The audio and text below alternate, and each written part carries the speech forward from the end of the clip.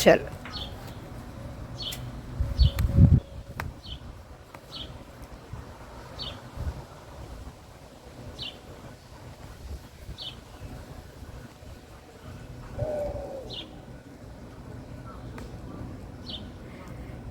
जो हवे जे सात भय जो आए हैं उसको थोड़ा यहाँ सातों भय को समझाया है, उसको हम थोड़ा समझ लेंगे।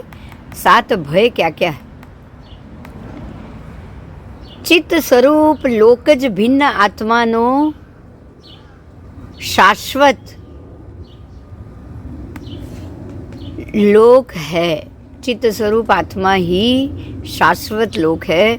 उसके अलावा 14 राजलोक रूप संसार, उस लोक में कहाँ कौन सा भव मिलेगा, ये भय। तो लोक भय आपको ये पता होगा कि अगर मैं आज मेरे पास है पैसा, ये सब है, कल को अगर बीमार हुआ तो आजकल की बीमारी आप जानते हैं कि बीमारी में तो 1 करोड़ रुपया भी खर्चा हो जाए ना तो भी कम होता है कि नहीं बोलो। किसी का हम देखते हैं कि अगर कोई बीमारी हुई तो 2 करोड़ 5 करोड़ 10 करोड़ भी खर्चा हो जाता है उसके इलाज में। तब आप ये सोचते हैं कि मेरे पास अगर इतने पैसे हो और पड़ा रहे और कल को अगर कोई बीमारी आई तो वो मेरे काम आएगी। आप ऐसा सोचते हो कि नहीं? ऐसा इच्छित करना भी लोक भय है, यही लोक भय है।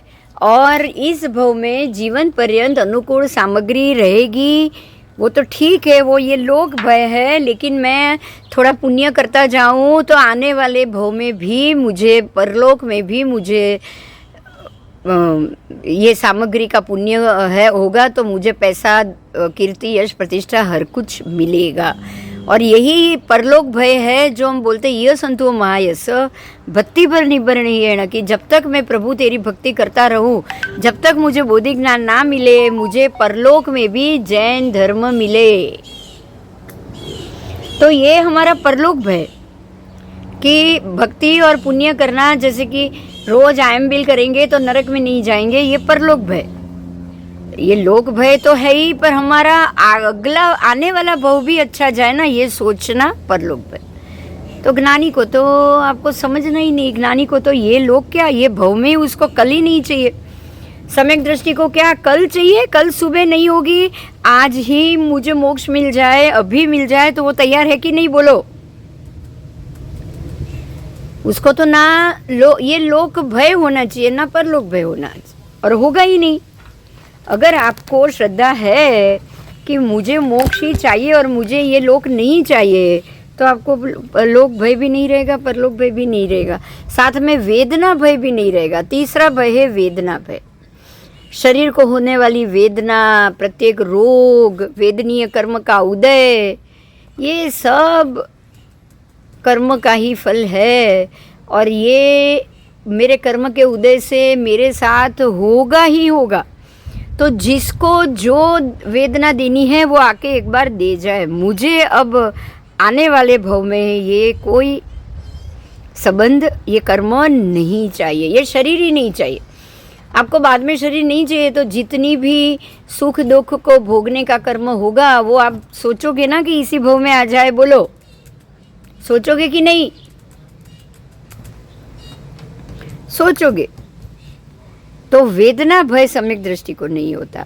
अब चौथा भय है अरक्षा भय। अरक्षा यानी कि इनसिक्योरिटी। हमको तो प्रति क्षण इनसिक्योरिटी होती है, कल क्या होगा, परसों क्या होगा। अरे क्यों होगी? आप सम्यक दृष्टि हो, आपको वैराग्य ही है, आपको कुछ नहीं चाहिए, आपकी कोई इच्छा ही नहीं है, तो अरक्षा क्यों है? इनसिक्योरिटी किस बात की है बोलो? अगर सम्यक दर्शन में दृढ़ हो तो इनसिक्योरिटी नहीं रहेगी। नियत सुख, शाश्वत सुख पड़ा ही है, वो ही चाहिए, तो इनसिक्योरिटी है ही नहीं। मुझे अगर पैसा चाहिए तो इनसिक्योरिटी, मुझे घर चाहिए तो इनसिक्योरिटी, मुझे बच्चे चाहिए तो इनसिक्योरिटी। मुझे ये बच्चे तो हैं पर मुझे कल देखेंगे कि नहीं, मेरा ध्यान रखेंगे कि नहीं, बुढ़ापे में मैं क्या करूँगा, ये सारा इनसिक्योरिटी है कि नहीं?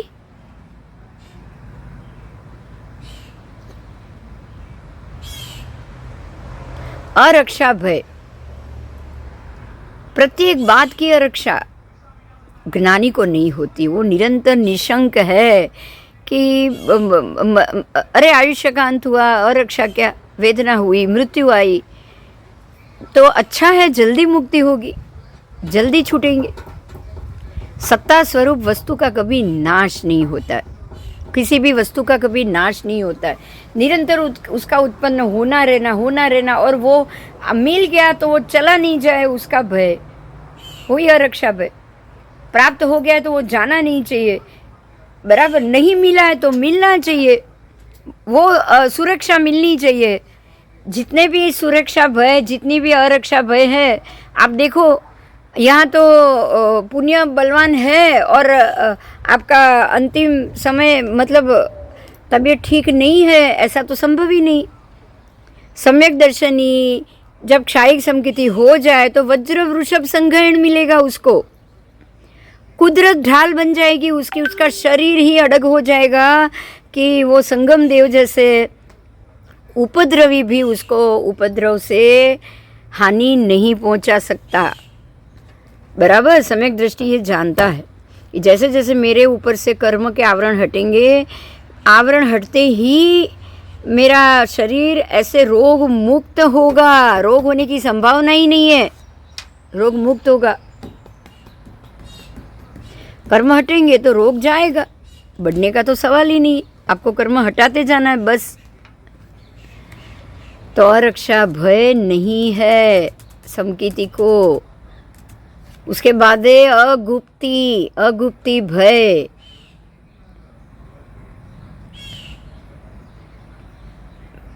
पांच समिति, तीन गुप्ती, मन गुप्ती, वचन गुप्ती, काय गुप्ती। उसको अगुप्ती है, मन गुप्ती ही नहीं है, वचन गुप्ती भी नहीं है, काय गुप्ती भी नहीं है, इच्छा ही नहीं है, भोग की इच्छा नहीं है तो भोगे तो सुख नहीं है, शरीर को दुख मिल रहा है चलेगा, उपद्रव मिल रहा है चलेगा, शरीर को पीड़ा मिल रही है चलेगा, वेदनीय का उदय है चलेगा, आ जाने दो। तो काय गुप्ती भी नहीं है, वचन गुप्ती भी नहीं है, एल फेल बोलना भी नहीं है, बराबर।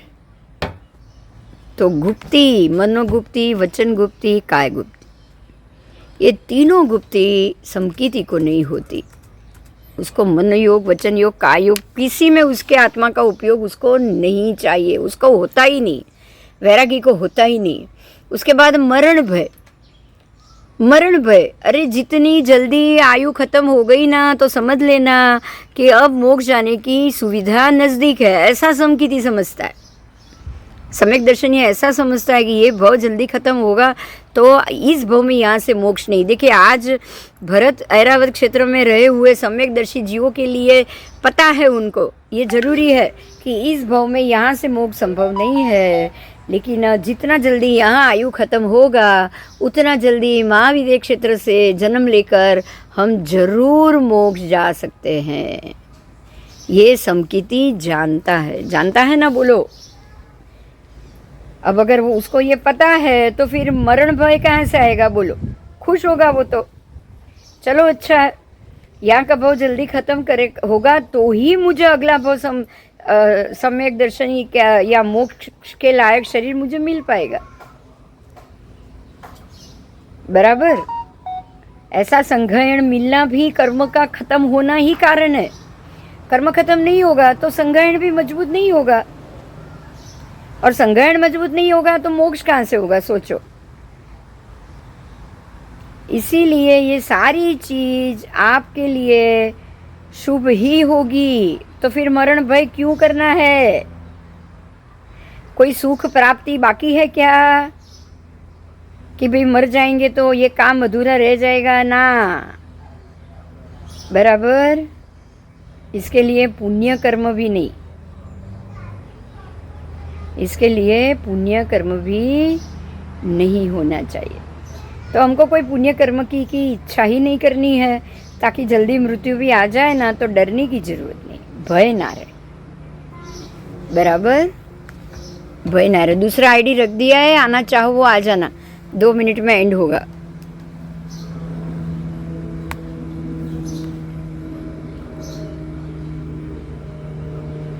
तो मरण भय भी आ गया कि प्राणों का नाश हो जाए तो भी उसको उसका भी भय नहीं रहता।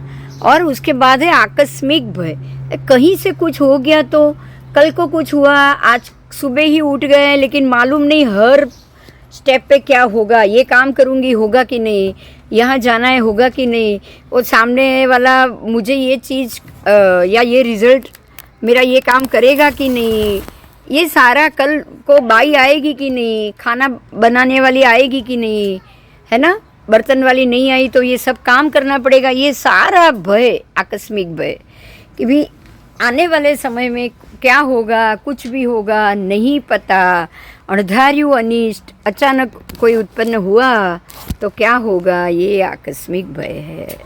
ज्ञानी जानता है कि भाई जो कर्म में जो जिसको जो फल लेना होगा वो आके अपना फल लेके ही जाएगा, बराबर। अगर चोरी भी हुई तो समझेगा ज्ञानी कि भाई उसको मेरे को किसी को कुछ देना था और वो भी इस तरह से चुपचाप देना था, उसको मैं नहीं दे रहा था, मैंने उसको नहीं पहचाना, लेने आया और अपना चीज़ लेकर चला गया, वो यही सोचेगा। चोरी भी हुई तो चलो जिसका था वो ले गया, बराबर। तो ऐसे उसको अकस्मात भय ज्ञानी को बिल्कुल नहीं रहता। अवृत्ति सम्यक दृष्टि का यही सबसे बड़ा उपयोग होता है, यही आकस्मिक भय, अणधार्य अनिष्ट, बराबर। ये कभी भी उत्पन्न होगा, कभी भी कुछ भी हो सकता है। अगर खराब हुआ तो क्या करेंगे, अच्छा हुआ तो क्या करेंगे, तो इस प्रकार के सातों भय वो सम्यक दृष्टि को नहीं होता है, क्योंकि भय प्रकृति के उदय से ही, इतना समझिएगा, ये भय की प्रकृति ही मिथ्यात्व की होती। इसका उदय ही ऐसा हुआ तो ये करेंगे, ये हुआ तो ये, इस प्रकार के जो भी विचार या सेटिंग या कुछ ऐसा हुआ तो सामने मैं ये काम करूँगा, ऐसा हुआ, ऐसा प्लानिंग, ऐसा सोचना ही मिथ्या दृष्टि, बराबर। क्योंकि इच्छा सहित है, राग सहित है। अगर ये खराब हुआ तो ये इसके लिए मैं पहले से पैसा अपने पास रखूँगा, वो एफडी ज़्यादा रखूँगा, बीमारी हुई तो काम आएगी, चोरी हुआ तो 4 जगह पैसा रखूँ तो एक जगह से चोरी हो जाए तो 3 जगह से काम आए, गवर्नमेंट से बचा के रखूँ। तो ये सारी चीज़ें है कि भाई दुख और पीड़ा आए तो मैं मेरी सहूलियत कायम रखूँ, ये 7 भय के अधीन ही होता है। सम्यक दृष्टि को इसी भव में मोक्ष चाहिए, वैराग्य चाहिए, इसीलिए वो ये कोई भय से परेशान नहीं होता है, नहीं होता है, बराबर। हाँ, अच्छा, अब उसको भय प्रकृति का उदय नहीं है ऐसा नहीं है, ऐसा समय तो आता है, उदय नहीं है ऐसा नहीं है कि भाई उसकी बेटी का कुछ बच्चों के लिए कोई परेशानी आ जाए, डाइवोर्स आजकल तो ये बहुत चल रहा है, बेटी बच्चों या उसमें कुछ डाइवोर्स जैसा आ जाए, बच्चों का पालन पोषण आ जाए या कुछ भी आ जाए, तब वो ये सोचे कि भाई कर्म के अधीन है, ये चीज़ ज़रूरी है, वो हो गया है, आ गया है, उसमें मैं कुछ नहीं कर सकता, जो आ जाए उसको शांति से स्वीकार करें, बस वो यही सोचेगा। जो भी हुआ है, जो हो रहा है, उसमें मात्र स्वीकार भाव आ जाए तो उसको कोई पीड़ा या कोई उद्विग्नता सम्यक दृष्टि को नहीं होता, क्योंकि उसको ये मालूम है कि हर एक जीव अपने अपने कर्मों के ही अधीन है।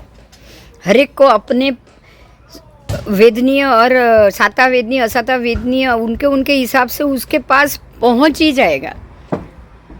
हर एक व्यक्ति की लेन देन जितनी कर्म का संबंध होगी वहाँ तक ही होगी, बस उससे ज़्यादा नहीं। इसलिए वो शांत हो जाता है, उसको ऐसा कोई भय नहीं रहेगा, मोहनीय भय नहीं मिलेगा कि भाई मेरा बच्चा, मेरी पीड़ा, मेरी तकलीफ उसके साथ ही क्यों, उसके साथ अच्छा हो, ये सब पीड़ा से वो मुक्त हो जाए, बराबर। 229वीं गाथा, जो चत्तारी भी पाए छीन ददी ते कम्म बंध मोह करे, सोणी संकोचेदा समाधिठी मुळे दब्बो। निज रस से भरपूर ज्ञान उसके सर्वस्व को भोगने वाले सम्यक दृष्टि को जो निशंका आदि या निश्चलता आदि जो चिन्ह है वो समस्त कर्म का हनन कर देगा। ये जो आप देखो, बात ये कि अगर आप निशंक है, आप निश्चिंत है, आप भय से मुक्त है, तो जो भी कर्म उदय में आ रहा है उसको, जो पीड़ा देने योग्य कर्म भी आपके लिए शांति का कारण बनेगा। बराबर, इतनी पीड़ा उदय में आ रही हो, शरीर में पीड़ा आ रही हो, लेकिन फिर भी शांत कि भाई ये रोग मेरे शरीर पर में रोग आना उसी के निमित्त का कारण है, मैं शांत रहूं, मैं शांत रहूं, तो उनको फिर से नया कर्मबंध नहीं होता अगर वो शांति से उसको एक्सेप्ट कर लेते हैं तो। और जो बंधा हुआ था, जिसका उदय चल रहा है, वो उदय में भी आ गया, और उदय होते होते आप उसको शांति से बिना भय निशंकित होकर उसको ख़त्म कर रहे हो, तो नियम से वो उसकी निर्जरा हो गई, अब वो नया बंधेगा भी नहीं। तो इस तरह सम्यक दृष्टि पूर्व में बांधी हुई भय आदि किसी भी प्रकृति के उदय को शांति से वो भोग ले, और निशंकित आदि गुणों की वर्तना से निर्भय होकर वो उससे शांति पूर्वक लड़े, शांति पूर्वक उसका खात्मा करे, ख़त्म करे उसको। बराबर, जो मिला उसका स्वीकार करके, वो मिला उसका स्वीकार करे, मांगे कुछ भी नहीं, तो उसको पूर्व कर्म की निर्जरा ही कही जाएगी। अब ये निर्जरा के समय उसका नया बंध नहीं हो रहा।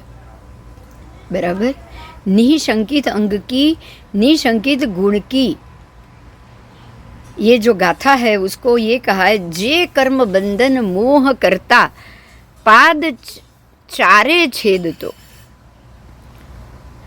चिन मूर्ति ते शंका रहित समकित दृष्टि जानवो। बराबर, जे व्यक्ति, जे जीव जिसने ये मोह कर्म किया था और वो अपने मोह कर्म के बंधन को, जब उदय के समय वो मोह युक्त ही उदय आ रहा है, लेकिन वो उसके पाद को चारों ओर से ख़त्म कर रहा है, चारों ओर से उसका छेद कर रहा है।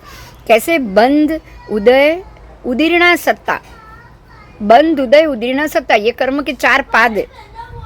कर्म बंध, फिर वो सत्ता में चला जाएगा, फिर उसका उदय होगा, अगर उदय नहीं हुआ तो उसकी उदीर्णा हुई, किसी और के कारण भी वो उदय में आ सकता है, वो उदीर्णा, और मूल रूप जो सत्ता में पड़ा था उसका वहाँ से छेदन। तो चारे पाद, कर्म के चारे पाद, ये चार पाद है उसके, ये चारों पाद से उसको खत्म करता है। वो वापस शंका, उसको वो कर्म उत्पन्न नहीं होगा। अगर वो शंका करेगा, अरे ये नहीं हुआ तो, अरे ये ऐसा होगा तो, ये होगा तो मैं ये कर्म रेडी रखूँ, मैं पैसा तैयार रखूँ, पैसा चोरी हो गया तो हाय हाय, अरे अब क्या करूँगा, बीमारी आ गई है, अब कैसे करूँगा, बच्चों का तकलीफ़ आ रही है, बच्ची बेटी घर पर आ गई है, उसका डिवोर्स हो गया है, क्या करूँ, कैसे करूँ, आप ऐसे रोते जाओ, राग द्वेष मोह करते जाओ, दूसरे को दोष देते जाओ, बच्चों को दोष दो, उसके घर वाले को दोष दो, सबके ऊपर आप इसका जो कर्मबंध है वो डालते जाओ, डालते जाओ। आप समझ सकते हो कि ऐसी शंका, ऐसी स्थिति, ऐसी दोषारोपण, ऐसा अध्यवसान आपको कभी भी सम्यक दर्शन में नहीं रखेगा, कभी नहीं रखेगा। आपके वैराग्य भाव को वो ख़त्म कर देगा। बराबर, इसीलिए चिन्ह मूर्ति बनो, शंका रहित बनो, तो आप अपने आप निर्भय बनोगे, और चारे कर्म के बंध की स्थिति को आप, उसके चारे पाद को, उसके चारे पगथिये को, स्टेप को आप छेद दोगे, ख़त्म कर दोगे, जड़ से निकाल दोगे। बराबर। आओ गाथा 230। जो दूण करेदी कंखम कम्म फलेसु तह संवधम्मेषु सोणि कंखो चेदा समदिठी मुळे दवो यस्तु न करोति कांक्षां कर्मफलेषु यथा सर्व धर्मेषु स निष्कांक्षश्चेतयिता सम्यक दृष्टिर्ज्ञातव्यः। जो चेतन कर्म बंध संबंधी मोह करने वाला है और जीव निश्चय से कर्म के द्वारा बंधा हुआ है, ऐसा भ्रम करना। बराबर, जीव निश्चय से कर्म द्वारा बंधा हुआ है और मैं कर्म कर रहा हूँ तो वो मेरे पे चढ़ेगा ही चढ़ेगा, ऐसा भ्रम करने वाले हो, उसको ये चारों मिथ्यात्व, अविरति, प्रमाद, कषाय योग, ये सारा जो आपका जो प्रमाद का स्थान है, मिथ्यात्व का स्थान है, उसको वो छेद देता है। बराबर, आओ। सम्यक दृष्टि ज्ञान ज्ञायक भाव को पकड़ के रखता है, वैराग्य भाव को पकड़ के रखता है। बराबर, और जीव निश्चय से कर्म से बंधा हुआ है, वो ध्यान में ही नहीं लेता है। किसी भी प्रकृति का उदय आए, जीव मेरे कोई कर्म बंध का अगर नहीं इच्छा करेगा तो वो नहीं बनेगा। वो इस बात पे निशंक हो गया है, वो निश्चित हो गया है, निश्चिंत हो गया है, उसको कोई शंका नहीं। उसको पता है मैं अगर भाव भावना नहीं करूँगी, इच्छा नहीं डालूँगी तो ये कर्म बंध मेरी आत्मा नहीं करेगी।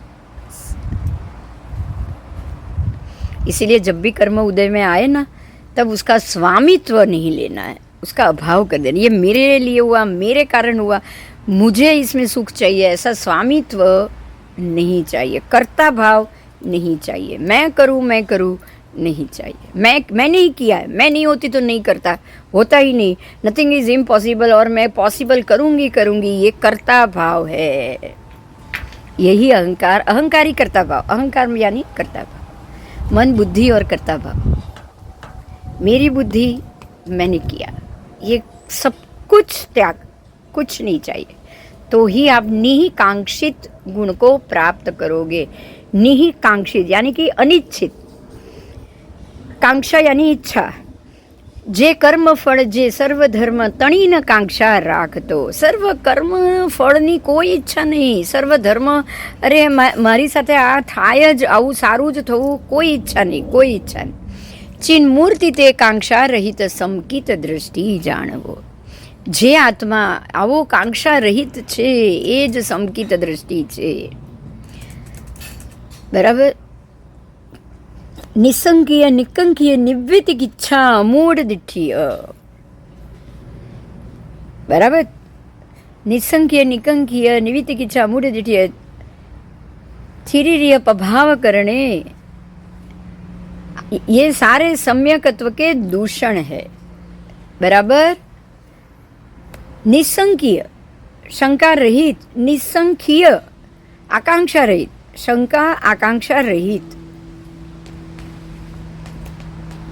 નિવૃત્તિક ઈચ્છા, ઈચ્છાઓનો ત્યાગ થઈ જવો. અમૂળ દિઠ્ય, અમૂળ દ્રષ્ટિ, મૂળ દ્રષ્ટિ નહીં પરંતુ અમૂળ દ્રષ્ટિ, કે ભાઈ મૂર્ખ છું, મને કંઈ જોઈતું જ નથી, મને કંઈ નહીં જોઈએ. ઉવવૂહ સ્થિરીકરણે, સ્થિર થઈ જવું, ઉપયોગમાં સ્થિર થઈ જવું. ઉવવૂહ ઉપયોગ, સ્થિરીકરણે સ્થિર થઈ જવું. વત્સલ પ્રભાવણે અઠ્ઠ. બરાબર. વત્સલ પ્રભાવણે અઠ્ઠ. આ સર્વ પ્રભાવના છે, સમ્યક દર્શનની પ્રભાવના છે, સમકિતની પ્રભાવના છે. સમ્યક દ્રષ્ટિ એને જ મળશે. જો ન કરેદી દુ ગંછમ ચેદા સવ્વેસી મેવ ધમ્માણમ સો ખલુણી વિદ્યગીચ્છો સમ્માદિઠ્ઠી મૂળે દબ્બો. યો ન કરોતિ જુગુપ્સા ચેતયિતા સર્વેષામેવ ધર્માણામ સહ ખલુ નિર્વિચિકિત્સહ સમ્યક દ્રષ્ટિ જ્ઞાતવ્ય. સમ્યક દ્રષ્ટિ ટંકોત્કીર્ણ एक वैराग्य भाव के कारण बंधे हुए सारे फलों के प्रति, सर्व वस्तु धर्म के प्रति कांक्षा यानी इच्छा का उसको अभाव कर देता है, अभाव होता है, और वो निर्वांछक बनता है. कांक्षा यानी वांछा, इच्छा. बराबर. कांक्षा, वांछा, कांक्षा, इच्छा. तो आपको आकांक्षा यानी कि निर्वांछक और अनिच्छिक एक ही है. उसके बगैर आप बन जाओगे, और उसको कांक्षाकृत बंध नहीं होती है। कोई भी कर्मबंध कांक्षाकृत नहीं होने से निर्जरा ही होती है, कोई नया कर्मबंध नहीं होती। बराबर। उसको समस्त फल की नहीं इच्छा है, कर्म की इच्छा नहीं है, फल की भी इच्छा नहीं है। जो सौ कोई धर्म विषय जुगुप्सा भाव जे नहीं धारतो, चिन्मूर्ति निर्विचिकित्सा सम्यक दृष्टि निश्चय जाणवो। निर्विचिकित्सा, निसंज्ञ निकंक्य निवितिगिच्छा यानी कि निर्विचिकित्सा, उसका इलाज नहीं करता है, चिकित्सा नहीं करता है। ये वंदितों की गाथा है जो सम्यक दर्शन के लिए। जो आत्मा, जो चेतयिता सर्व धर्म के प्रति जुगुप्सा भाव नहीं रखता, जुगुप्सा लालच का भाव नहीं रखता, मैं ये करूँ ये फल, ये करूँ ये फल, बराबर, ग्लानि नहीं करता। जुगुप्सा यानी ग्लानि नहीं करता। अगर नहीं मिला, नहीं, कोई बात नहीं, मुझे उसके ऊपर कोई चिढ़ नहीं है, कोई ऐसा मिसबिहेव नहीं करता आज के भाव में, जुगुप्सा नहीं करता, नाक नहीं चढ़ाता, मुंह नहीं बिगाड़ता, बराबर, इसको ग्लानि कहा जाता है। या फिर दुखी नहीं होता है, वो निश्चय से विचिकित्सा दोष रहित है, वो निर्विचिकित्स है, बराबर। वो इसका इलाज करने की इच्छा वाला नहीं है, उसको ही सम्यक दृष्टि कहा जाएगा। जो है अच्छा है, सब बहुत अच्छा है, जैसा मिला अच्छा है, बस चलिए આવવા દો, આવ્યું આવવા દો, કંઈ જ નહીં બીજું, જે આવ્યું આવવા દો। જો હવદી સમમૂઢો ચેદાસ દિઠ્ઠી સવ ભાવેસુ, સો ખલુ અમૂઢ દિઠ્ઠી સમાધિઠ્ઠી મુણે દવ્વો। यो भवती असम्मूढ़ चेतयिता सदृष्टि ही सर्वभावेषु, स खलु अमूढ़ दृष्टि सम्यक दृष्टि ज्ञातव्यः। सम्यक दृष्टि टंकोत्कीर्ण एक ज्ञायक भावमयपणा के लिए सर्व वस्तु के प्रति, सर्व धर्म के प्रति जुगुत्सा का वो अभाव कर देता है। इसके कारण वो निर्विचिकित्सक बन जाता है। वो किसी का भी इलाज नहीं करता, अपने साथ जो मिला उसमें वो कोई इलाज नहीं करता। उसको जैसी चीज़ जैसी भी मिला, जैसे भाव उसको प्राप्त हुए, वो उसी भाव को वो स्वीकार्य कर लेता है। स्वीकार्य भाव जो मिला उसको वो कबूल कर लेता है, एक्सेप्ट कर लेता है, बराबर। उसको ना उसमें क्षुधा, तृषा, शीत, उष्ण कुछ भी मिला, बहुत भूख लगी है, भूख के पीड़ा मिली, उसको स्वीकार, बराबर। शीत ठंडी की पीड़ा मिली, स्वीकार्य। उष्ण की पीड़ा मिली, स्वीकार्य। सारे भाव, फिर विष्टा आदि मलिन देख लिया, गंध दुर्गंध देख ली तो जुगुप्सा ना, स्वीकार्य। सुगंध मिल गई, जुगुप्सा इसकी इच्छा रखी, ना, स्वीकार्य, बराबर। जुगुप्सा एक ऐसी कर्म प्रकृति की उदय है जो उदय होने से दुर्गंध आएगी और दुर्गंध से आप मुंह बिगाड़ के चले जाओगे, ये हुआ जुगुप्सा। पर जो सम्यक दृष्टि है उसको तो वो भी नहीं है, उसमें रस ही नहीं है। दुर्गंध आई, कोई बात नहीं, आने दो, ये भी कर्म प्रकृति है, आकर अपने आप चली जाएगी, बस, ठीक है। तो इसी कारण उसकी निर्जरा होती है। वो कभी भी किसी बात पे मुंह नहीं बिगाड़ रहा है, रिएक्ट नहीं कर रहा है, नो रिएक्शन, ठीक है। अब अमूढ़ दृष्टि की बात आई। सम्मूढ़ नहीं जे सर्व भावे सत्य दृष्टि धार तो, ते मूढ़ दृष्टि रहित समकित दृष्टि निश्चय जानवो। सम्मूढ़ नहीं होता इसीलिए वो अमूढ़ है। सम्यक दृष्टि जीव सम्मूढ़ नहीं होता इसीलिए वो अमूढ़ बन जाता है। अमूढ़ यानी मूर्ख है, अरे इतनी अक्ल नहीं है, अक्ल लगानी ही नहीं है, अमूढ़ हूँ मैं, इतनी अक्ल नहीं चली, इतना काम ठीक से नहीं हुआ, ये काम बिगाड़ दिया, આટલી સમજ નથી પડતી। આપણે ઘણીવાર વિચારીએ છીએ ભાઈ કે જે વસ્તુ સામેનાને એટલી નથી ખબર પડતી કે આવું બિહેવ ન કરાય, અરે એ અમૂઢ દૃષ્ટિ છે, એને ખબર જ નથી, એને યથાર્થ દૃષ્ટિ જ નથી, એને ખબર જ નથી કે આવી રીતનું બિહેવ કરવાથી, આવું વિચાર કરવાથી કર્મબંધ થાય છે, એવો એ જીવને વિચાર જ નથી આવતો। हम बोलते हैं ना कभी कभी, सामने वाला समझता ही नहीं है, अरे उसको अमूढ़ दृष्टि है, उसको समझ ही नहीं है कितना भी मैच्योर हो जाए, कितना भी 100 साल की उम्र वाला हो जाए या 80 साल की उम्र वाला हो जाए या राजा बन जाए, उसके अंदर वो समझदारी की दृष्टि ही नहीं है कि ये करने से खराब फल मिलेगा, अशुभ कर्म बंद अशुभ फल देगा, ये दृष्टि नहीं है। बस बुद्धि बहुत है, बुद्धि बहुत है, पर बुद्धि यथार्थ दृष्टि नहीं देती है। ये समझिएगा, मन बुद्धि अहंकार कर्ता भाव, मन बुद्धि कर्ता भाव, मन बुद्धि अहंकार यानी मन बुद्धि कर्ता भाव, ये ही हमको तोड़ देगा। यही मूढ़ दृष्टि, यही मूढ़ दृष्टि। सर्व भाव में मेरी ही दृष्टि है, मैंने किया, यही मूढ़ दृष्टि। मेरे कारण हुआ, मेरे में अक्ल है, सामने में अक्ल ही नहीं है, समझ ही नहीं है। बराबर, मैं कमाया, मेरा पैसा, मेरा घर, अक्ल ही नहीं, यही अमूढ़ दृष्टि। हाँ, बराबर, ते मूढ़ दृष्टि रहित समकित दृष्टि निश्चय जाणवो। चलो, जो वंदितु की गाथा है उसको यहाँ बहुत महत्व दिया गया है, ध्यान से समझिएगा। सम्मूढ़ नहीं जे सर्वभावे, सत्य दृष्टि धारतो, निसंकीय निकंकीय निवृत्तिक इच्छा अमूढ़ दृष्टि। बराबर, जो निसंकीय है, जो निकंकीय है, वो आगे आ गया है। निशंकपना, फिर निकंकीय आकांक्षा रहित। निशंकपणु यानी श्रद्धावान और आकांक्षा रहित, ये दो ही है।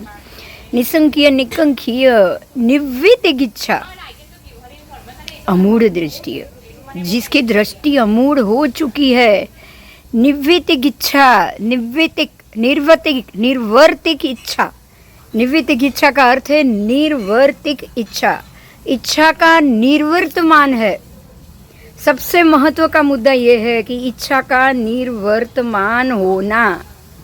जिसको कोई वर्तमान ही नहीं है, इच्छा ही वर्तमान नहीं है, जिसकी कोई मर्जी ही मायने नहीं है। बराबर, निसंकीय निकंकीय निर्वित्तिक इच्छा अमूढ़ दृष्टि है। जो निशंक हो चुका है, जो बिल्कुल निशंक यानी कि जो बिल्कुल श्रद्धावान अड़ग हो चुका है, और जो निकंक हो चुका है, निसंकीय, जो आकांक्षा रहित हो चुका है। कोई उपयोग करने का आगे पीछे प्लान कुछ नहीं है, कोई आकांक्षा नहीं, कोई आकांक्षा नहीं। निवृत्तिक इच्छा, निर्वर्तिक इच्छा, जिसको कोई इच्छा निर्वर्तमान ही नहीं है, जिसको कोई इच्छा उदय में आती ही नहीं है, मन में आती ही नहीं है। अनिच्छिक होना सबसे महत्वपूर्ण है। और अमूढ़ दृष्टि यानी कि जो मूढ़ दृष्टि रहित है, ये चार उसके गुण है।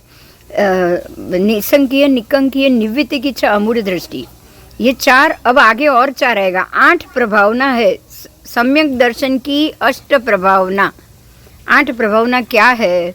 तो जो मूढ़ नहीं जे सर्वभाव थी, सम्मूढ़ नहीं जे सर्वभावे, सत्य दृष्टि धारतो, सत्य दृष्टि धारे છે જે મૂળ દ્રષ્ટિ રહિત છે, सम्यक दृष्टि निश्चय जाणवो। और अभी 4 आगे की गाथा। उववूह थिरी करणे, उववूह यानी कि उपयोग નથી, સ્થિરીકરણમાં જેનો उपयोग છે, બાહ્ય એકે પદાર્થમાં उपयोग જ નથી, એનો उपयोग ક્યાં છે? સંસારમાં उपयोग નથી, उपयोग સ્થિરીકરણમાં છે। ઉવવૂહ સ્થિરીકરણે, જે અબ સ્થિરકરણમાં આવી ગયો છે, જે સિદ્ધ ભક્તિ સહિત છે, ઉપગૃહક સૌ ધર્મનો ચિન મૂર્તિ તે ઉપગુહન કર, સમકિત દ્રષ્ટિ જાણવો। જે ચિન્મૂર્તિમાં ઉપયોગ રાખી રહ્યો છો, જેણે પોતાના ઉપયોગને સ્થિરીકરણ કરી દીધું છે, ઉપયોગનું સ્થિરીકરણ કરવું। ઉવવૂહ સ્થિરીકરણ, ઉપયોગનું સ્થિરીકરણ કરવું ક્યાં? આત્માની અંદર, ચિન મૂર્તિમાં। આ જ ગાથા છે, આ જ ગાથા છે, કશું જ નવું નથી।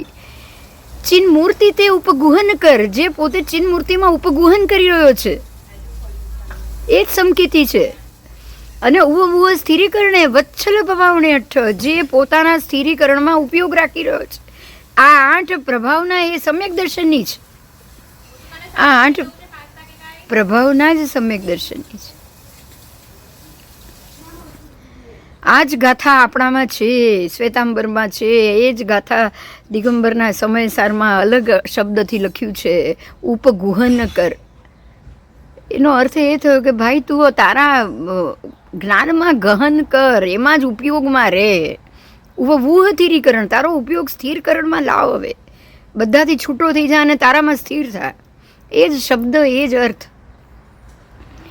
જે સિદ્ધની ભક્તિ સહિત, કોની ભક્તિ સહિત? સિદ્ધ ભગવંતની ભક્તિ સહિત, જે સિદ્ધ ભક્તિ સહિત છે, જેને મગજમાં સિદ્ધ જ સ્થાન છે, બાકી કઈ સિદ્ધ સ્થાન સિવાય કઈ છે જ નહીં. બરાબર? એની અંદર તારો ઉપયોગ રાખ. સર્વ વસ્તુના, સર્વ ધર્મને ગોપવી નાખ, ગોપવી નાખ. બરાબર? અને સમ્યક દ્રષ્ટિ છે. આવો ઉપગહનકારી, આવો ઉપયોગધારી, ઉપયોગ તેરી કરણે, આવા સ્થિર કરણમાં જેનો ઉપયોગ છે એ જ સમ્યક દ્રષ્ટિ છે. બસ વંદિતું રોજ કરીએ છીએ, પ્રતિક્રમણ કરીએ છીએ. સંધ્યા સમયે આપણે જ્યારે પ્રાયશ્ચિત કરીએ ત્યારે એનું પ્રતિક્રમણ કરીએ છીએ. બરાબર? પણ આપણને એના અર્થ જ ખબર નથી. કેમ ચાલશે બોલો? આખું વંદિતું સમ્યક દર્શન ઉપર છે. સંપૂર્ણ વંદિતું, એના જ લક્ષણ, એના જ ભૂષણ, એના જ દૂષણ, સંપૂર્ણ વંદિતું સમ્યક દર્શન ઉપર છે. માત્ર સમ્યક દર્શન જીવ ઉપર છે. निर्जरा अधिकार की 234वीं गाथा. उमग्गम गच्छतम सगम्पी मग्गे ठवेदी जो चेदा सो ठिदीकरणा जुतो ठिदीकरणा स्थिरीकरण समाधिठी मुणे दवो उन्मार्गम गच्छतम स्वकमपि मार्गे स्थापयति यश्चेतयिता सह स्थितीकरण युक्त सम्यक दृष्टिर ज्ञातव्यः. स्थिरीकरण गुण की ये गाथा है.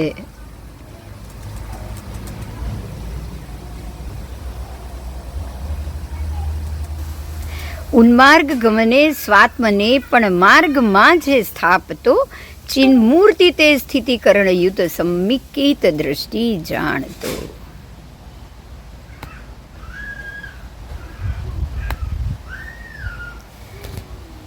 जे चेतयिता उन्मार्गे जता अपने आत्मा को भी मार्ग में स्थापित कर सकता हो, वो समकीति है.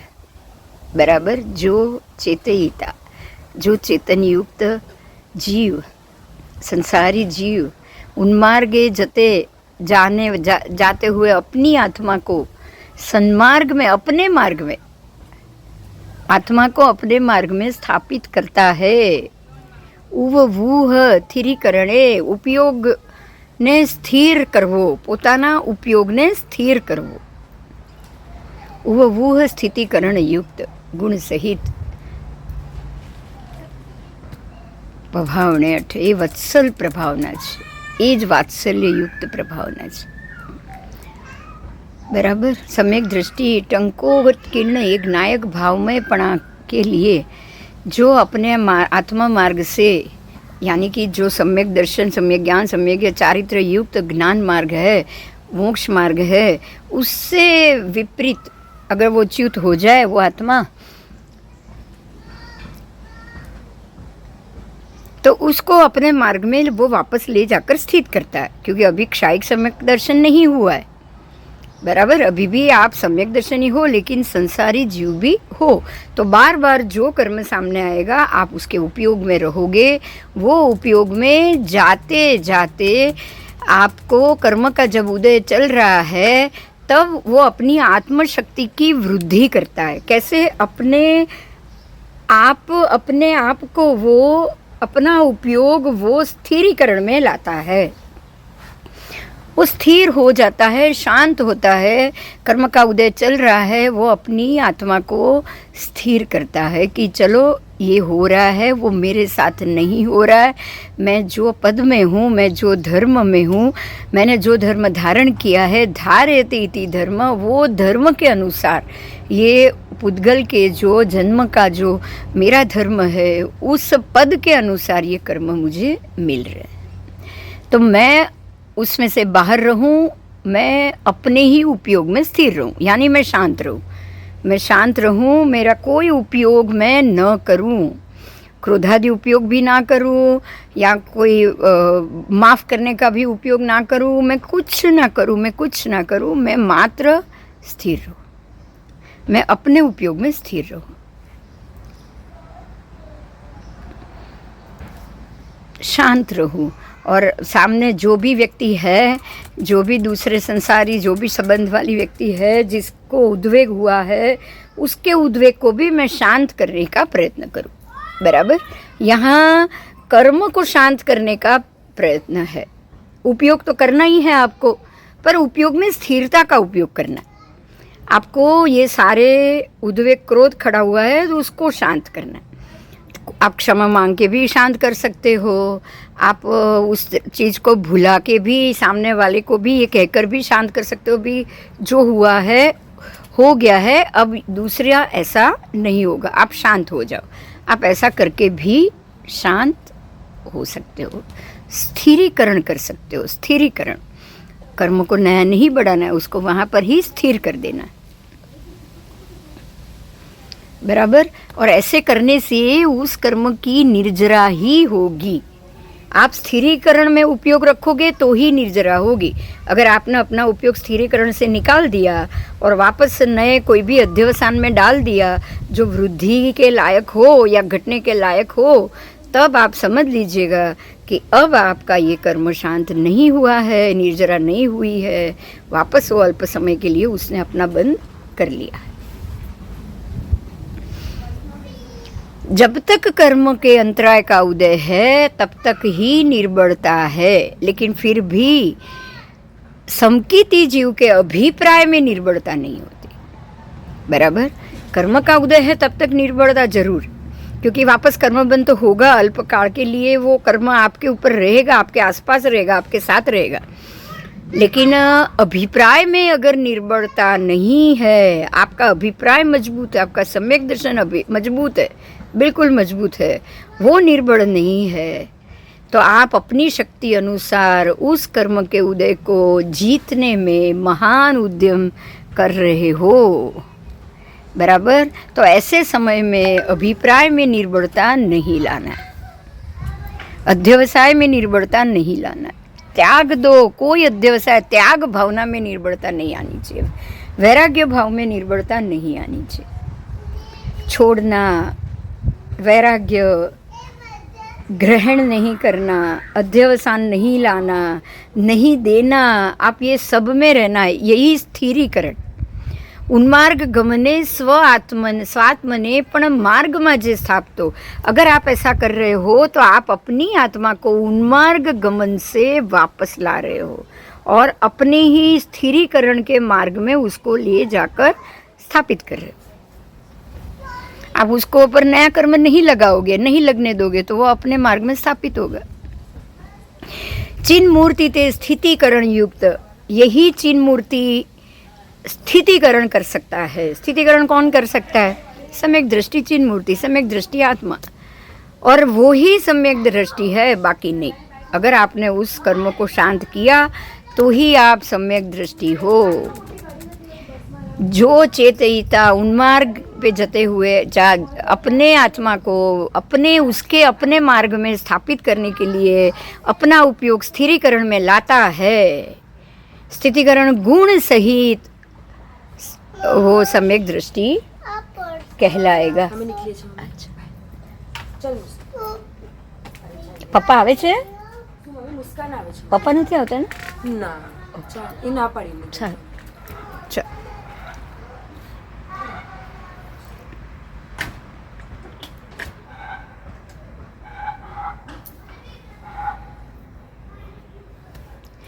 क्योंकि सम्यक दृष्टि एक नायकपण भाव में है, उपयोग में है, उसने अपना उपयोग स्व में ला दिया है, उसने अपना उपयोग स्थिर कर दिया है, चैतन्य गुण में ला दिया है। बराबर। और अब वो बिल्कुल वैराग्य में आ चुका है, उसको कोई अध्यवसान नहीं चाहिए।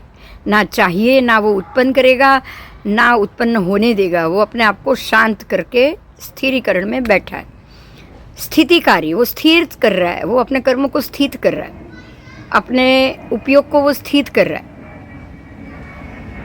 इसीलिए मार्ग से च्युत नहीं होने के कारण नया कर्म बंध नहीं होता और मात्र निर्जरा होती है।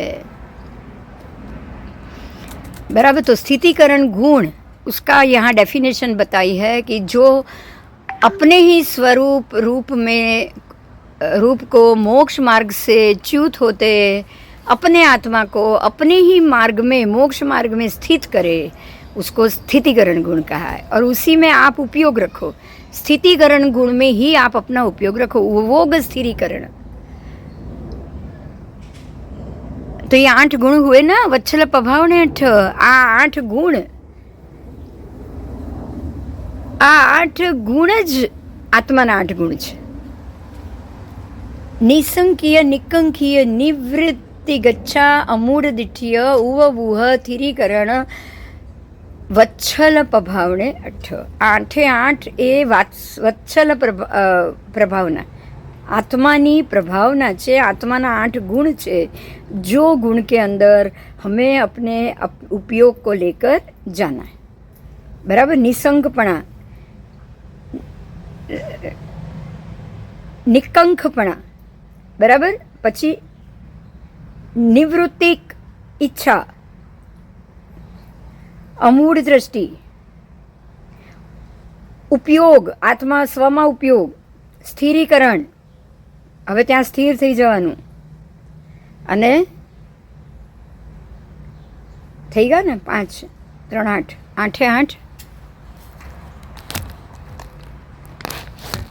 એ આત્માના જ ઉપયોગ છે. વાત્સલ્ય ભાવ, કરુણા ભાવ, એ 8 પ્રભાવ નથી. કોની પ્રભાવના? સમ્યક દર્શનની પ્રભાવના. અને આ જ નિર્જરા લાવે.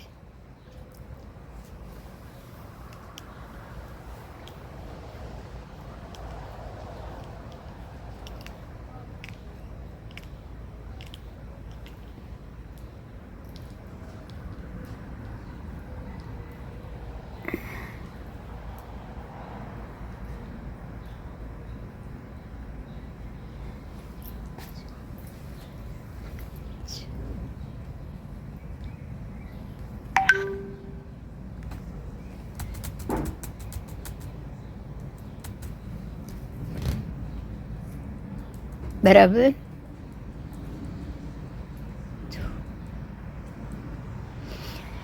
હવે વાત્સલ્ય ગુણ देखो, अभी आ गया वात्सल्य गुण. वात्सल्य जो लास्ट वाला, जो 8 वाला 8वां गुण था, वो आ गया. मतलब ये यही गाथा है, वंदितु की ही गाथा है.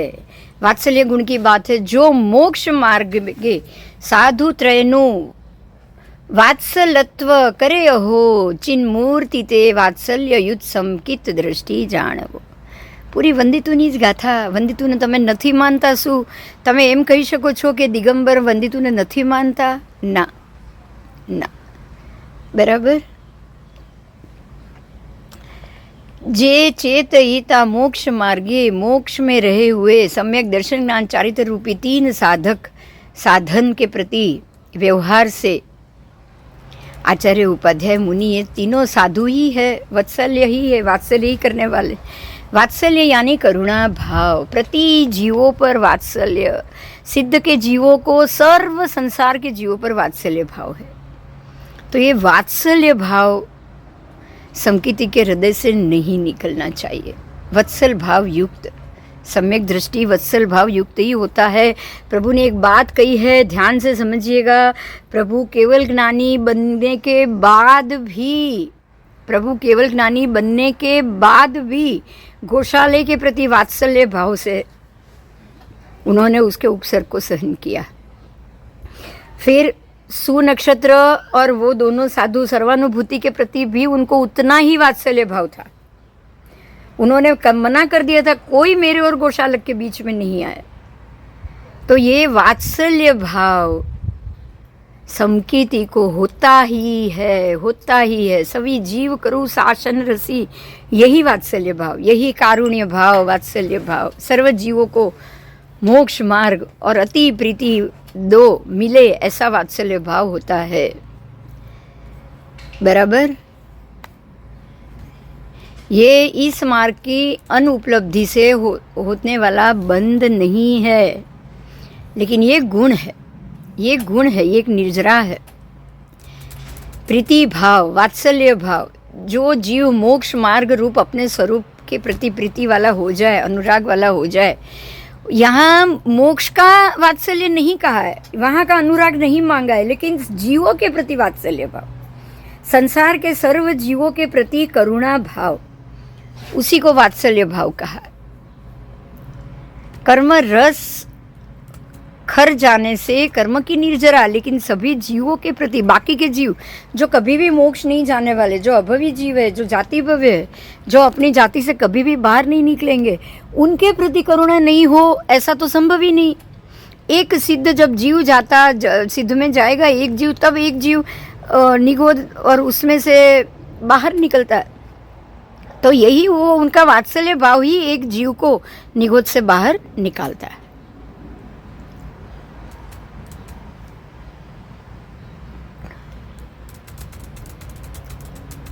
गाथा 236।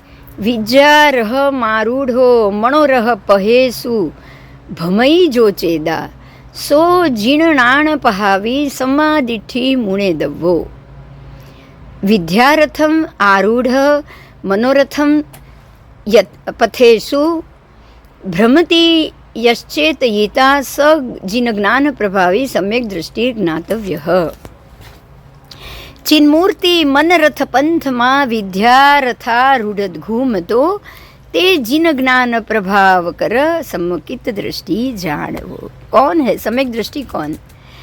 जो चेतयिता, जो संसारी आत्मा विद्या रूपी रथ में आरूढ़ हो गया है, जिसने अपने आप को ज्ञान के मार्ग में चढ़ा दिया है, स्थिर कर दिया है, और अब वो अपने कर्म की निर्जरा के पाठ में है, बराबर वैरागी हो चुका है, और जो जिसके राग द्वेष क्षीण हो गए, अध्यवसान क्षीण हो चुका है, ऐसा सम्यक दृष्टि, ऐसा जीव अपने ज्ञान पाने के, चैतन्य के साथ तादात्म्य करने के उपयोग, अपने ही उपयोग में रहने रूपी रथ में चढ़ चुका है। वो अब उसने अपना उपयोग में रहने का भ्रमण शुरू कर दिया, और जिनेश्वर के ज्ञान की प्रभावना वो कर रहा है। वत्सल और प्रभावना, ये प्रभावना उसका 8वां गुण है। देखिए, सम्यक दृष्टि का, करुणा का, वात्सल्य की प्रभावना करना, या सम्यक दृष्टि जीव की प्रभावना करने का सबसे बड़ा गुण है।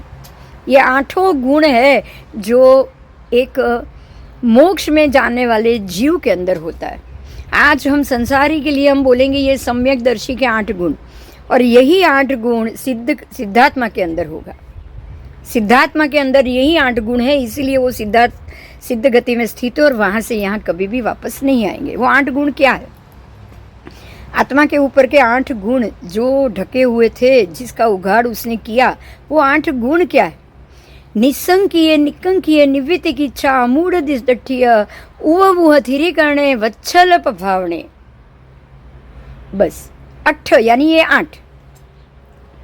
ये 8 गुण जो वंदितु में है, गाथा में हम रोज बोलते, यही 8 गुण हमारे आत्मा के, इसी का उघाड़ हमको करना है, बराबर। निसंकीय, निशंकपणु आ ही जाना चाहिए। निकंकीय, कोई भी अपेक्षा नहीं होनी चाहिए।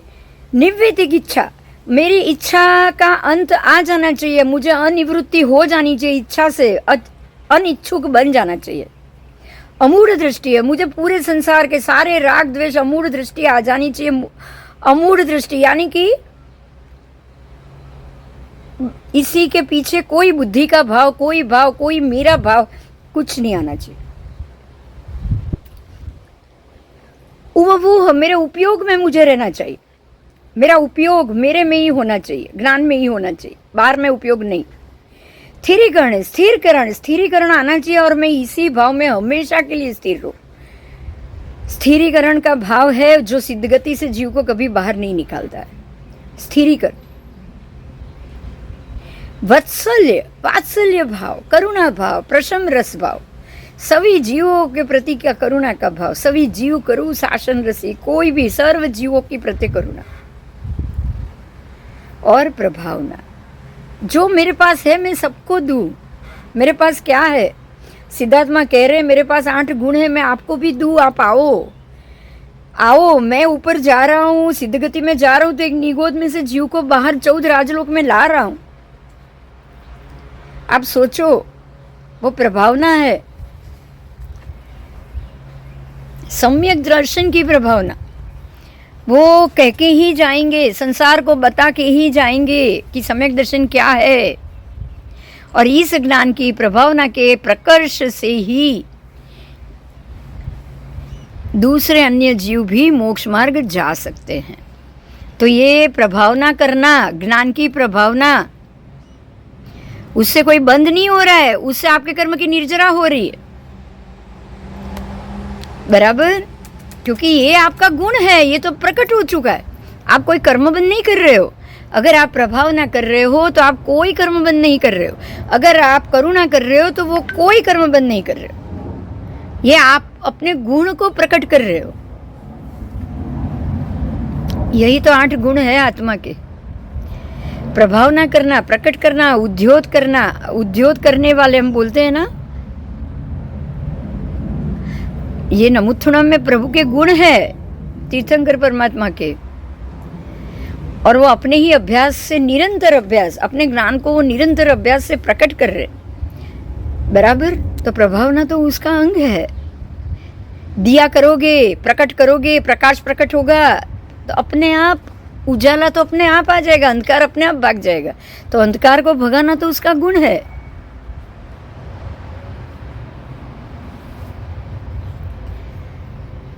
आओ,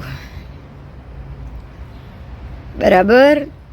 तो प्रभावना करना कोई कर्मबंध नहीं है, इससे कर्म रस खर जाता है।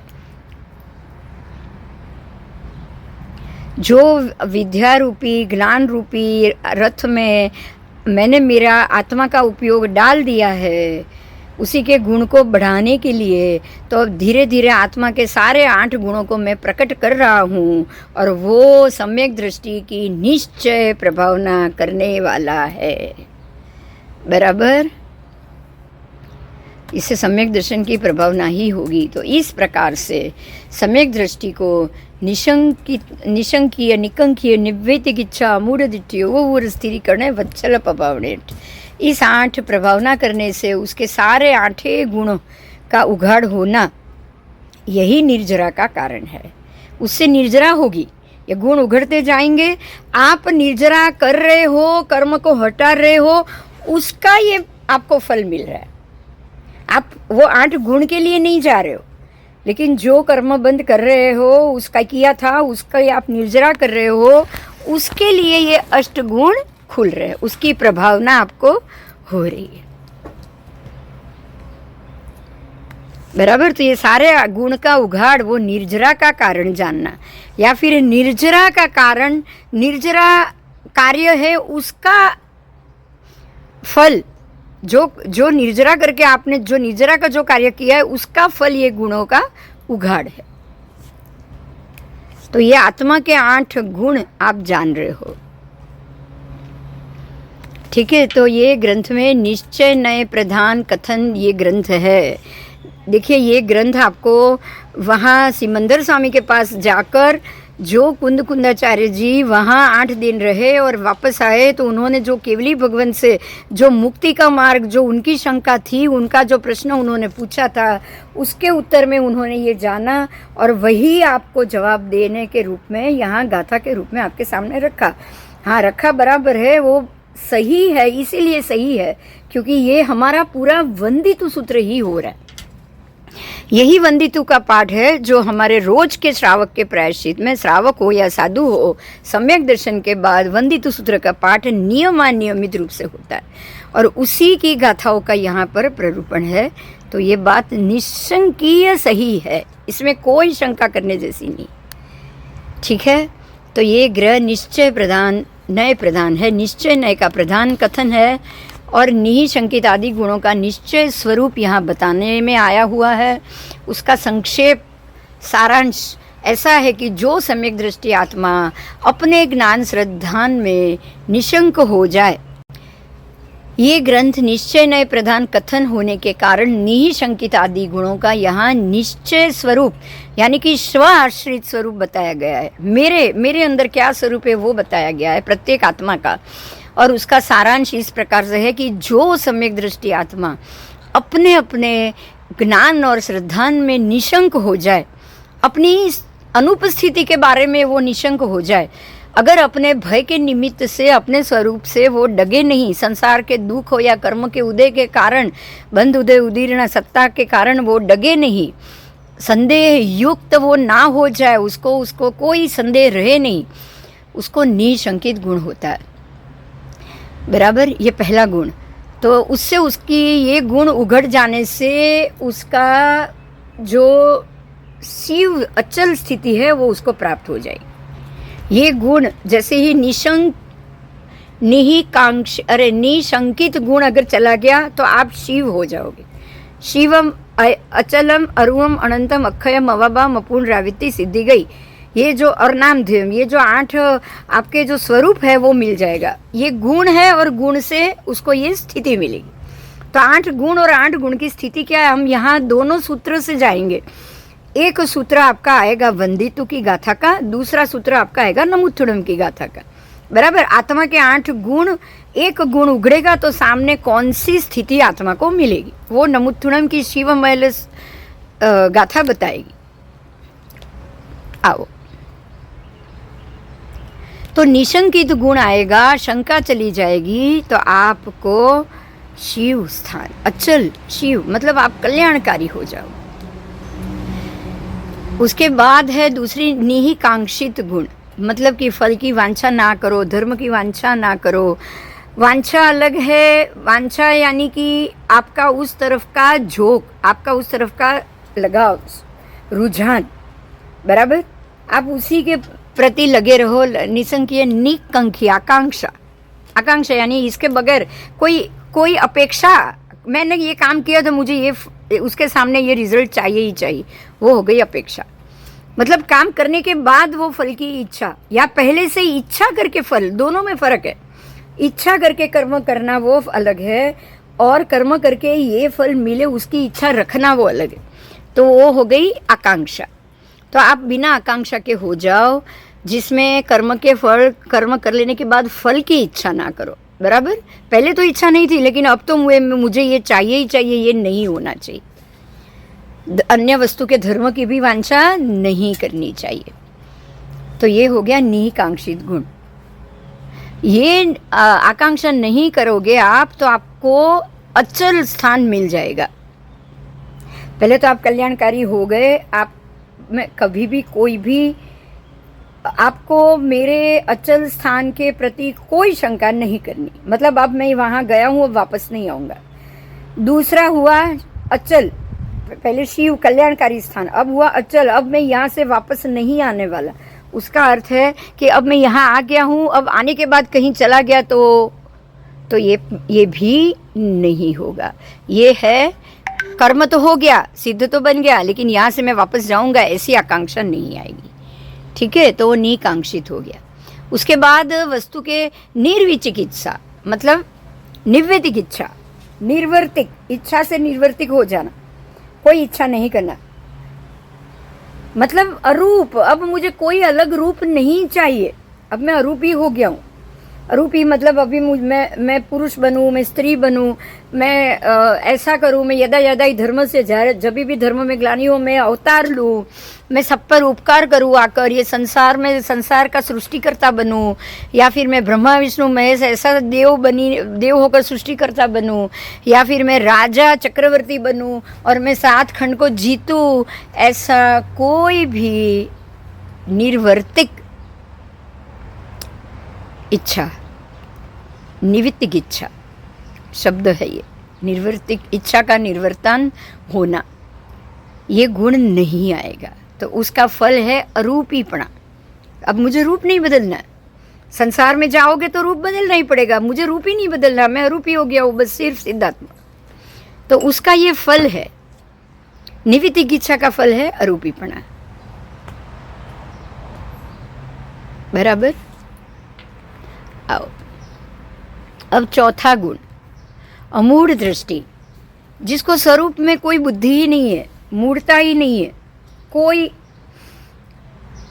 बढ़ाना या ज्ञान बढ़ाने का भाव या धर्म बढ़ाने का भाव या किसी की तकलीफ़ों को बढ़ाने का भाव, किसी की तकलीफ़ों को घटाने की बुद्धि, या फिर ऐसी कोई नया ही काम करने की बुद्धि, ये मैंने किया ऐसी बुद्धि, तीर्थंकर बनने की बुद्धि, ऐसी कोई बुद्धि ना हो, अमूढ़ दृष्टि आ जाए। बराबर। उससे आपको मिलेगा अनंत। आपको अमूढ़ दृष्टि नहीं, अगर मूढ़ दृष्टि आई तो आप कोई भी कैरेक्टर में कुछ समय तक रहोगे, अब आपको अनंत काल तक ये स्थिति में रहना है। आप में मूढ़ दृष्टि मूढ़ दृष्टि रहेगी तो आप कुछ समय के लिए कोई पद को धारण करोगे। बुद्धि से काम किए तो कुछ समय के लिए होगा, लेकिन दृष्टि बुद्धि की दृष्टि ही नहीं ना रख रहे हो आप, तो अब आपकी स्थिति अक्षय हो गई, हमेशा के लिए अनंत अनंत काल की हो गई। तो आत्मा को ये जैसे ही अमूढ़ दृष्टि आपने ला दी, आपके अंदर कौन सा गुण उत्पन्न हुआ, कौन सा ज्ञान उत्पन्न हुआ, अनंतपणा का। आप अनंत अनंत समय तक एक ही स्थिति में रहोगे, अव्याबात स्थिति, कोई भी परिवर्तन नहीं। बराबर है ना।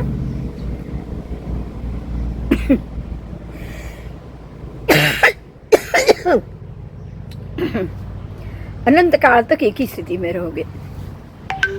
अब है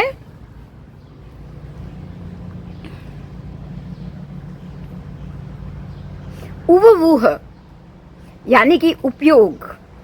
अब आपका उपयोग कहाँ, आपने उपयोग कहाँ रखा, ये कर्म किया आपने उपयोग रखने का, तो उसका फल क्या मिला।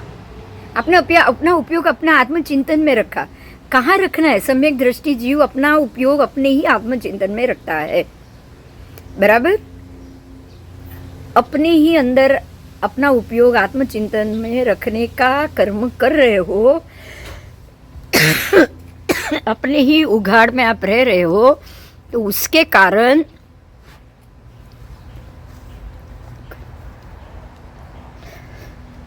अव्याबाद आपको क्या स्थिति मिलेगी, अव्याबाद।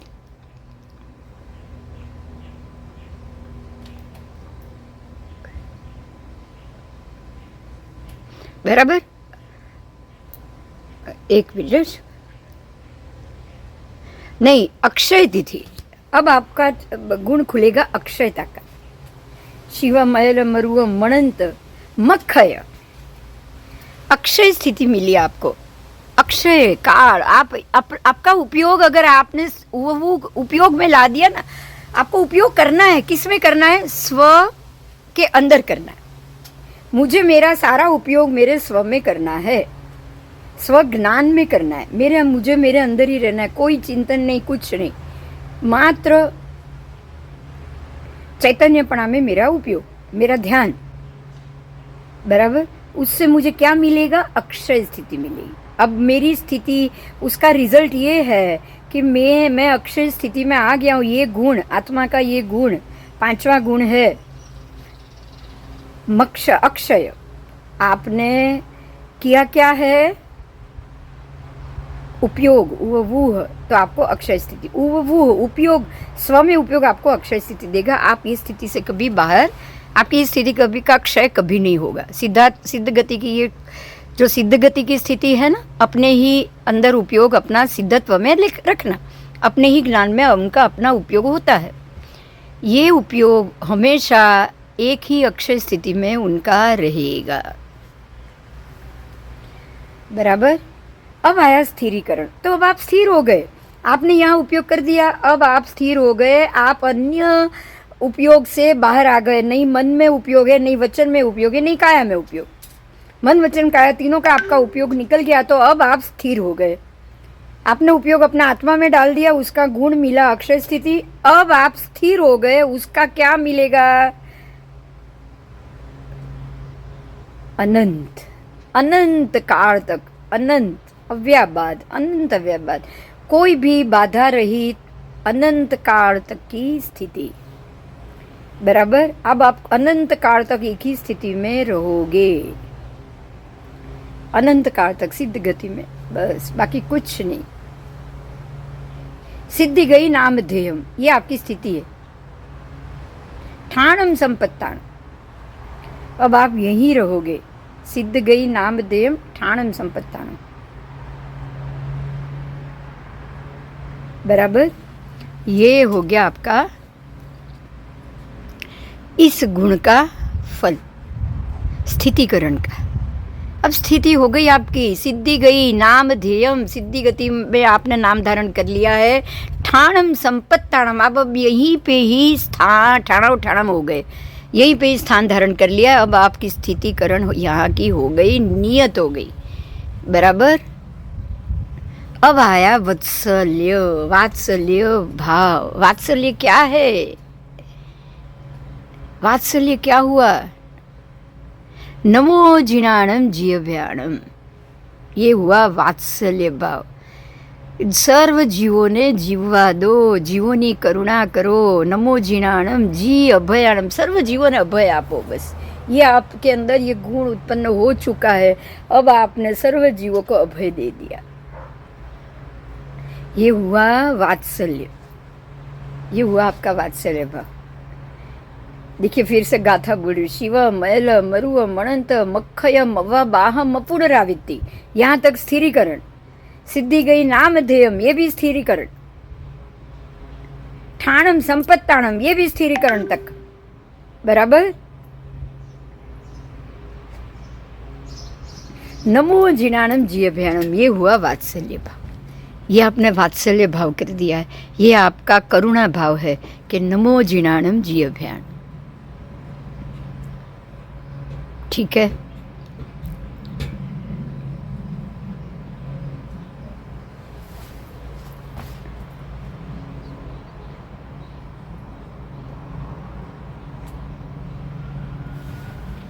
आओ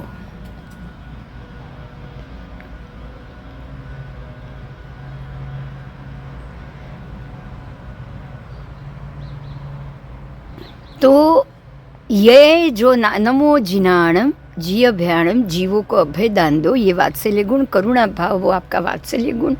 और जो आठवां है प्रभावना, जे अय्या सिद्धा, जे लोको सिद्ध गति में गया छे, जो भविष्य ना गए काले, संपय वर्तमाना,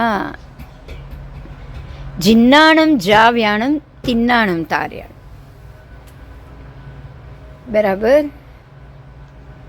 जीवों को अब ये प्रभाव ना करो, जे अय्या सिद्धा जे भवित संति, भव्य जीवों को ये प्रभाव ना करो। जे अय्या सिद्धा, जे पण सिद्ध गति में गया છે એ બધા જ ભવિત સંતિ ના गए काले, वो सर्व जगत को आने वाले समय में, आने वाले काल में इसी चीज की प्रभावना करते हैं।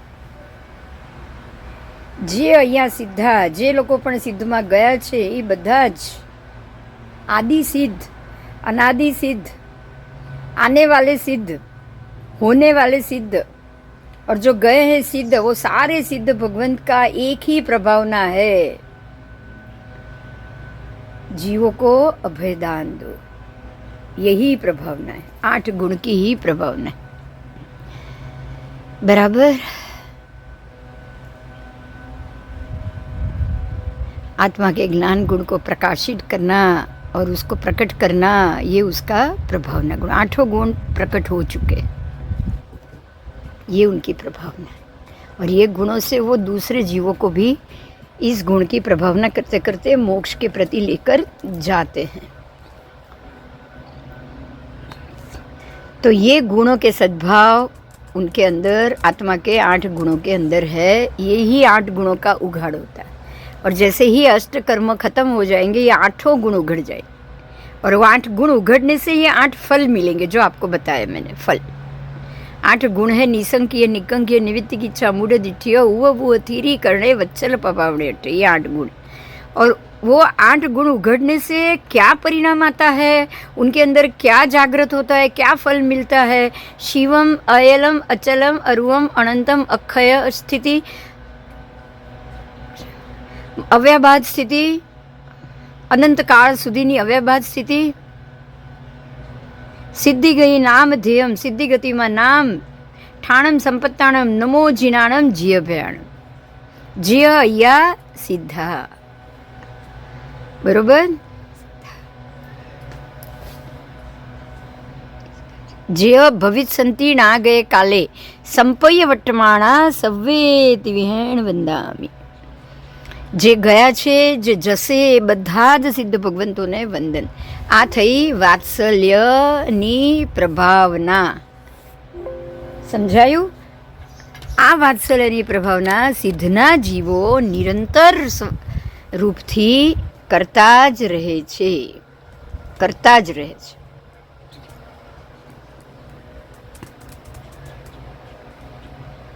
બધા જ કર્મ નિર્જરી ગયા પછી જીવકીની આ સ્થિતિ પ્રાપ્ત થાય છે. નિસંકિત આદિ 8 ગુણ, 8 ગુણનો ઉઘાડ થઈ જતાં 8 જ્ઞાન જાગૃત થઈ જાય છે. અને એનું એ ગુણનું જ ફળ છે કે જે હવે એમને અહીંયાથી આવવાનું થવાનું નથી. બરાબર? ચલો, બહુ સરસ થઈ ગયું આજે. આત્માના 8 ગુણ. તો હવે 8 ગુણને દૂર કરવાનો સતત પરિણામ કરવાનો છે.